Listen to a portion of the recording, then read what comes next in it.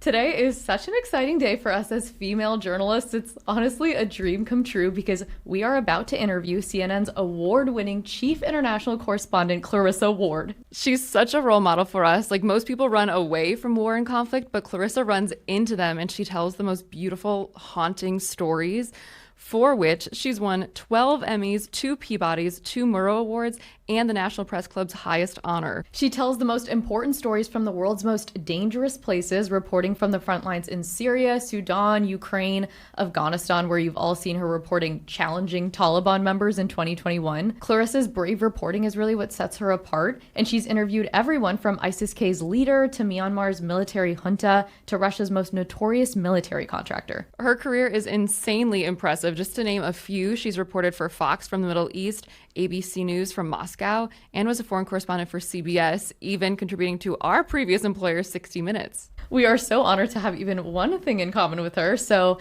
without further ado, let's go interview her. So, Clarissa, you're speaking to us as you just got back from assignment in Ukraine where you were reporting on the front lines. Can you tell us what you saw there?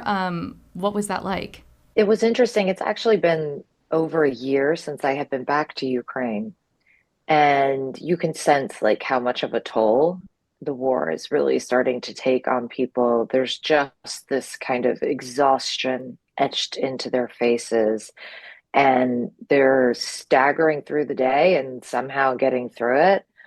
And we went to one funeral, and I say one funeral, there were three soldiers being buried at the same time because they do them in batches sometimes. And you couldn't help but think to yourself, what are these young men dying for? For quite some time now, been a war of attrition that neither side can win an all-out military victory. At the same time, when President Trump talks about an immediate ceasefire and a peace agreement, the Ukrainians are open to that. They want peace. They want a ceasefire. They don't want it at any cost. They don't want all those deaths to have been for nothing. So they're looking for security guarantees and they're looking for support. They're known for their resilient spirit. Do you see still glimmers of hope, or do you think that's been tampered out quite a bit? I don't see, if I'm being really honest, I won't say there was a huge amount of hopefulness. On previous trips I have done, there has been a lot more optimism. Giving up is literally not an option. So that is incredibly impressive to witness up close, firsthand, because it really comes from a place of selflessness. There's no upside in it for these mothers to keep sending their sons to the front lines to fight. And you mentioned that there is this volatile relationship between the US and Ukraine, especially in this past month. There's a lot of mixed signals kind of going around, but we have seen in recent reporting talks of a potential ceasefire deal. Can you talk to us about what's going on? Do you think that this will be possible in the next couple months? Like, what do you think? The Trump administration was meeting with Ukrainian officials in Jeddah in Saudi Arabia, and literally they were like, okay, we've all agreed to an immediate 30-day ceasefire, no conditions, no preconditions, just start the ceasefire. And I was like, oh my God, like, are they going to pull this off? Like, that's insane. And I think for the Ukrainians, it was a really important moment to A, get the relationship back on track, B, show the world, like, hey, we're the ones who are for peace here. So then it was up to the Russians, really. And you heard Secretary of State Rubio saying, oh, we hope to hear something in the coming days. And then later, you had the Putin-Trump conversation on the phone, and it emerged that Putin was like, let's do an energy infrastructure ceasefire, which is not nothing. It's significant, but it's a long way away from a total 30-day ceasefire without conditions. He wants to have his cake and eat it too. He wants to continue to ingratiate himself to the Trump administration and President Trump specifically. And at the same time, he wants to drag this thing out in terms of peace talks and ceasefire as long as he possibly can. So I do think that a ceasefire at some point is possible, but it is going to be very painful for Ukraine. I don't think there's any getting around that. And it's going to be very interesting to see whether Russia will stay true to the spirit of that ceasefire. So you've also covered the Israel-Palestine conflict for many years, of course, including October 7th. And you were actually the first Western journalist, is this right, to go to Gaza without an IDF escort? Like, what was that like? The first and the only. Yeah, the first and the only, Wow. which is pretty wild. So tell us what you saw when you were there and why did you feel comfortable going without the IDF? We went with a medical convoy from the UAE, so we felt pretty confident that we would be afforded a certain level of protection. And it's important to remember this was in December of 2023, right? What we saw was devastation and a lot of young people with devastating injuries, severed limbs, severed feet. Uh, it was incredibly grim. And even then, you're talking about a firepower that really hasn't been seen in modern warfare. And that really hasn't stopped. And I don't think anyone imagined it would go on this long. And yet here we are, the first ceasefire or the first part of the ceasefire collapsed after 6 weeks. And the strikes have started again. You find yourself as a reporter and having done this job for 20 years, really in a position where you start to get so frustrated because I think I understand, having done this for a long time, that war is part of the human experience and there isn't really any way to get around it per se, or that we have discovered yet. But the relentless killing of children and women and civilians and journalists, it's just very hard to stomach or absorb or make sense of. There's an intimacy and authority that comes with being on the ground yourself and seeing it for yourself and being able to say, sorry, no, I know what I saw. Yeah, we feel like covering this conflict has been interesting because it is a rare example of a foreign issue that Western audiences like really care about and are really following. But that's also historically what's made this conflict very challenging to cover. So it's the most challenging conflict to cover. It is the most divisive, the most polarizing, the most vitriolic.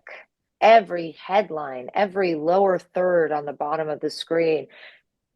I had someone berate me for posting a Mother's Day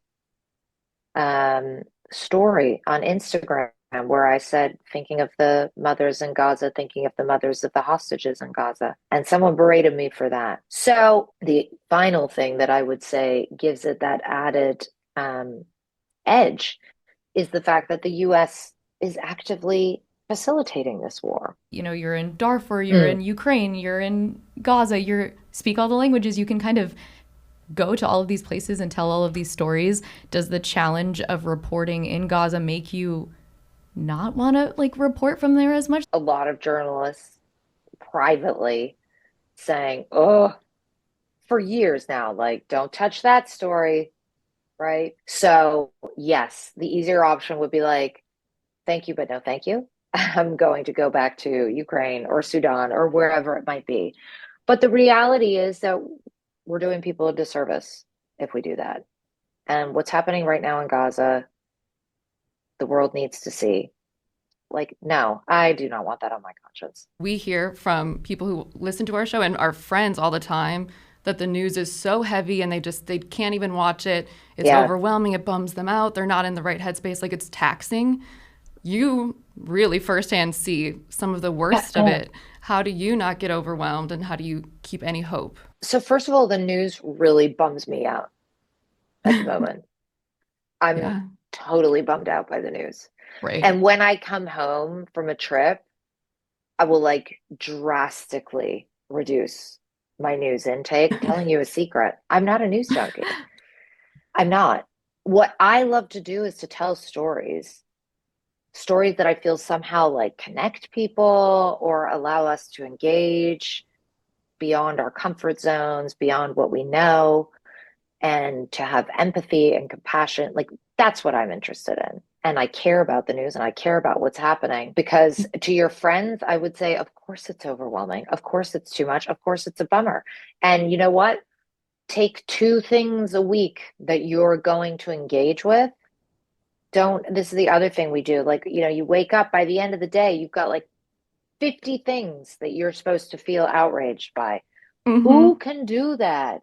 Yeah. Live your life. I'm not suggesting people stick their head in the sand, but make it manageable because otherwise you will just end up sticking your head in the sand. This is refreshing to hear you say this. Do you have advice for, aspiring like foreign reporters one day to how do you cover these issues that people do prefer to stick their head in the sand over? Mainstream media in the way that we grew up with it, and even you girls, is dying. I think it plays a role. It's still there. It's still a force, but we see the force is slowly withering, let's say. And that's because different people are able to get their information from different sources and different places. Nowadays, we see people who only cover the war in Sudan. And yes, they're not doing it on 60 Minutes or CNN. They're doing it online, on TikTok, on Instagram, on X, wherever, whatever the space or the platform, on YouTube. Yeah, the playing field is so democratized with social Yes. media, which is good and bad. It has pros and cons. Yeah, exactly. But there will be opportunity. Okay. And like, I'm too old. So, No. I mean, well, maybe I'm not, but for younger people, it's like, don't focus on people like me crowing away about how it's all over and wasn't it great? And do you remember the days of Baghdad? And, because by the way, when we were in Baghdad, the generation was like, oh, this is terrible. Do you remember the days of Yugoslavia? And on and on and on. So, like, focus on the opportunities. There are big opportunities. So, last question we got to ask, what is the next assignment for Clarissa Ward? Well, this is a tricky one because I do have a next assignment, but I don't think I can really tell you. A little off the main news agenda. That's what I will say. Okay. A tease. Yeah. Well, thank you so much. This was so interesting. This was Everything so we were interesting. hoping it would be. I've really enjoyed talking to you guys. Thank you very much.